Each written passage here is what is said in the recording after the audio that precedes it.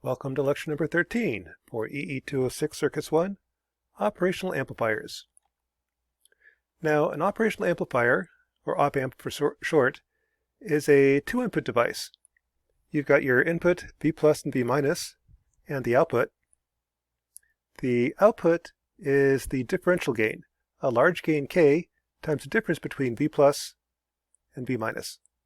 The symbol for an op amp is a triangle, with a plus-minus input signifying what the two inputs are. Now, the characteristics for an op amp come from the data sheets, and to illustrate what those look like, this is typically what you have, say, for a 741 op amp or an LM833 op amp, and an ideal op amp. Now, if you go to DigiKey and you search for op amps, you get 46,000. There's a large number of different op amps. They're very, very useful. Click on it, and you get the different options for searching different parts. For example, if I just want to have, say, 2 op amps in a circuit,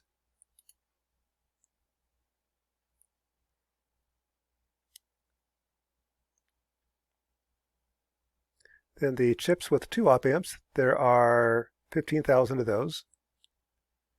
If I want to narrow the search, let's go under More Filters. Let's see, the slew rate is how fast the output changes. The gain product bandwidth, we'll talk about that in a sec. This says at 4 kilohertz, I can have a gain of 1 out to 4 kilohertz, a gain of 10 out to 400 hertz, gain of 100 out to 40 hertz, and so on. The ones we really care about would be this one, the current output per channel, how much current the op amp can do. Some go as little as 12 microamps. The expensive ones will do up to 12 amps per channel. Surface mount through hole. Most things in industry are surface mount. We do through hole just because it's a lot easier to use that for breadboards. If I select through hole devices, and I still have 1,000 to choose from. The other one that's kind of useful is the push-pull, or the rail-to-rail output. The op amps typically, if I have a plus 10 volt, minus 10 volt supply, some of them can't quite get to plus 10, minus 10. They need a little bit of buffer. Rail-to-rail says you can go to those two outputs. So that's kind of DigiKey, what the different pages look like. And once you narrow down the search enough, you can pick out the part that you want. Like here's an MC140 or MCP602. This will give you more information, such as the price of the op amp. And probably more useful is the data sheet. Click on the data sheet, and it will tell you properties of that op amp. Last thing about DigiKey, it's very easy to navigate their website, and all the data sheets are there. So if you aren't sure what the capability of an op amp are, just go to DigiKey, look at the data sheet. For example, in this one, this op amp will work anywhere between 2.7 and 6 volts. This isn't a differential this isn't a plus-minus op amp. Like for AC, this just wants to have a DC 2.7 to 6 volts.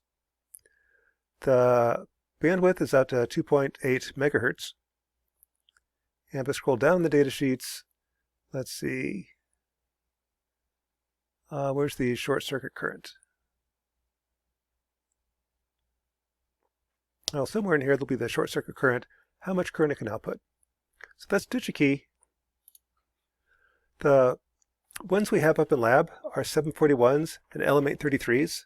The reason for these two is our technician Jeff can't keep in stock 56,000 different op amps, so we just picked 2. The 741 has been around since the 1970s. The 833 I kind of prefer. The 741, its limitations are you have to have at least plus minus 12 volts to operate it, and you can't go more than 22 volts. It's capable of outputting about 25 milliamps. And the gain product bandwidth is 1.5 megahertz, meaning you can output a gain of 1 out to 1.5 megahertz, gain of 10 out to 150 kilohertz, and so on. The one I prefer is the LM833. Here you actually get 2 op amps in each package. The power supply can go anywhere between plus minus 2.5 volts up to plus minus 15 volts. So this works as a digital single-sided op amp, I can go 0 to 5 volts. All it cares about is the difference between the two. So I can do a 0 to 5 volt operation, 0 to 10 volt operation. I can also do plus minus 2.5 volts, plus minus 5 volts, plus minus 10 volts. Much more versatile. It has a much higher input impedance, double the current capacity, and just a hair more expensive.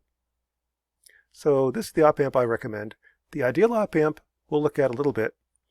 An ideal op amp just says the gain is infinity, it can drive any load, draws zero current or infinite input impedance. That's kind of what the op amps look like. Now the translation for those terms, again, the input resistance is the Thevenin equivalent, looking at V plus and V minus.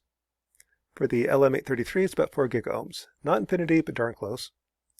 The short circuit current is the most current you can get out, so don't try to drive an 8 ohm speaker at 5 volts if you can only output 50 milliamps. The operating voltage are the voltages you need to make it work. Again, 741 needs plus minus 12 volts. LM833 can work all the way down to plus minus 2.5 volts. And the differential mode gain is, it does have a finite gain. It's not infinity. It's only about 200,000 for the LM833, but that's still pretty close to infinity. And the slew rate is how fast the output can change. Now, to give an example of how to analyze a circuit with an op amp, let's consider this one. This is a differential amplifier, this is an inverting amplifier that we'll study in just a little bit. But for now, I've got a 1 volt input, 1K, 10K resistance, V plus is tied to ground, V minus goes to this point, and the output. Now there's two ways to analyze this. I can replace this with a model for 741 or use an ideal op amp model. If I take the first approach, what I would do is replace the op amp with its model from the previous table. The input impedance is 2 mega ohms. The gain is 200,000 times the difference between V plus and V minus. The output impedance is 75 ohms. And so this is the op amp circuit. That's connected to a 10K, 1K to 1 volt source. Now analyze. To analyze, we do just like we've done before. I've got 1, 2, 3, 4 nodes. I need 4 equations for 4 unknowns. One is V plus equals 0. At V minus, the current left, right, and through the 2 meg equals 0. At V out,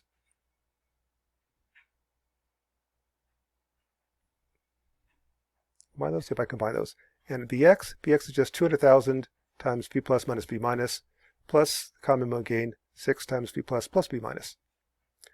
Throw that into MATLAB and solve, I get the output is minus 9.99994 volts. That's one way to solve. That's the hard way. Easier way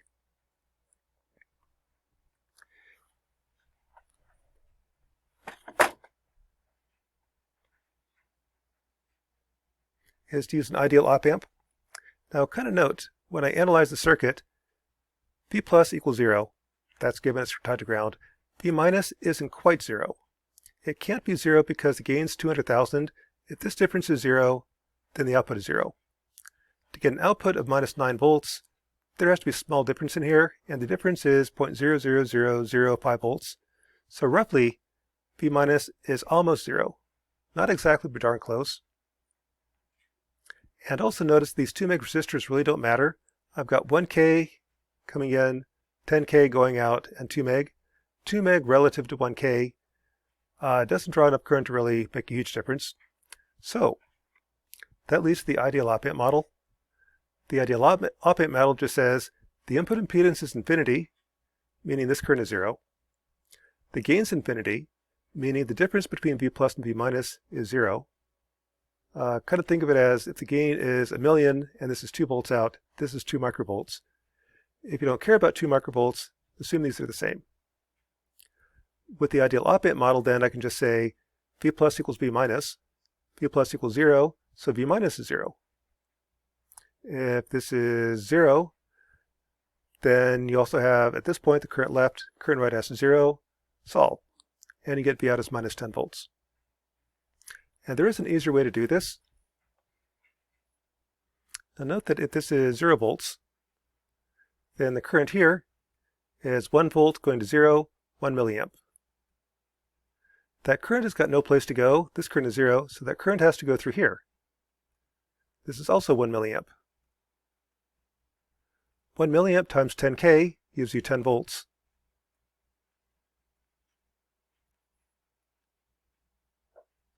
And this is 0 volts, so this right here has to be minus 10 volts. Another way to solve, perfectly valid way to do it. Second example, here's another op amp circuit. I want to find voltages V1 through V4 and assume ideal op amps. So what I would do is note that V plus is V minus. So if V plus is 2 volts, V1 is 2 volts. If V plus is 2 volts, V3 is 2 volts. Now write the other two equations.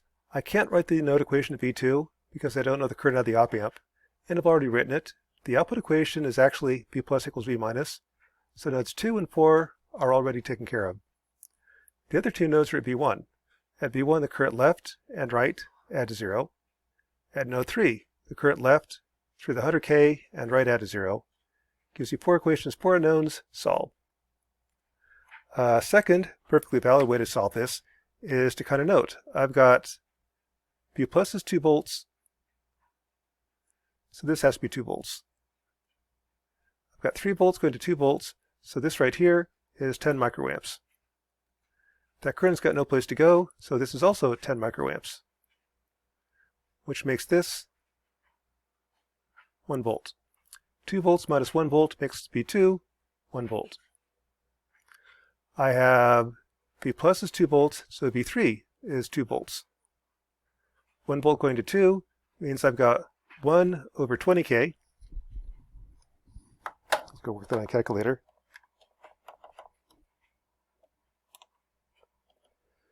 $50 microamps. Going this way. I've got 2 volts going to 1 volt. This is 10 microamps. Therefore, this right here must be 60 microamps. 60 microamps times 100K gives me 6 volts. If this is 2, 2 plus 6 is 8. So V4 is 8 volts. That's the second way to solve. Either way you solve it, you're going to get 8 volts at the output. And if you throw it in Circuit Lab, I'm going to get the same answer. Circuit Lab actually uses the actual op amp models. They're really all about the same. I don't happen to have an LM833 in Circuit Lab, so I just chose a different one. This takes into account the gain of the op amp, the output impedance, the input impedance. And when I do that, notice there's not any difference between the calculated using Circuit Lab and the calculations using ideal op amps. That's kind of nice because the actual op amp circuit is fairly complicated. Circuit Lab uses that. The ideal op amp circuit makes it fairly easy to analyze. So that's the second example. Third example. Given this circuit, find the voltages V1 through V4. Again, what I do is start with V plus equals V minus. So if this is 2 volts, this is 2 volts. If this is 3 volts, this is 3 volts. So I know right away that V1 is 2, V3 is 3. I can't write the node equation at V2 because I don't know what this current is. I can't write the node equation of V4. I don't know what this equation is. But I can write the node equation of V1. At V1, the current left plus the current right equals 0. That's your V1 over 1K plus V1 minus V2 over 2K equals 0. At node 3, current left plus current right equals 0. 4 equations, 4 unknowns. Solve using MATLAB. Another way to do that is just to note if this is 2 volts and 1K, I've got 2 milliamps flowing left. That current has to come from somewhere. So this current is also 2 milliamps. Oops. It's ugly 2 milliamps. So if that's 2 milliamps, oops. I'm fighting with my word processor, or pad here.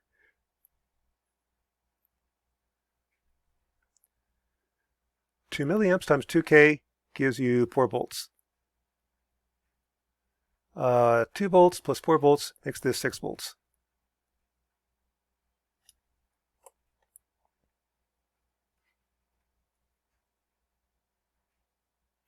Okay, so cleaning that up a little bit. I've got 4 volts across this 2K, 6 volts at V2. Now I've got 6 volts going to 3 volts. That gives you 3 volts across 3K. This is 1 milliamp.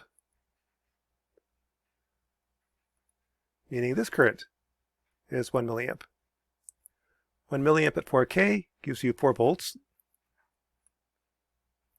3 volts minus 4 volts gives you minus 1 volt. So the voltage ought to be minus 1 volt. If I take the 4 equations, 4 unknowns, and solve, or better yet, for solve, I'm going to get same thing, minus 1 volt at the output. Better yet, throw it in Circuit Lab and solve. And notice I don't quite get minus 1 volt. It's minus 0.9999 volts. That's because the op amp isn't ideal. It has an input impedance. It has an output impedance. Gain is not infinity. So the output won't be exactly what we calculated, but it's pretty darn close.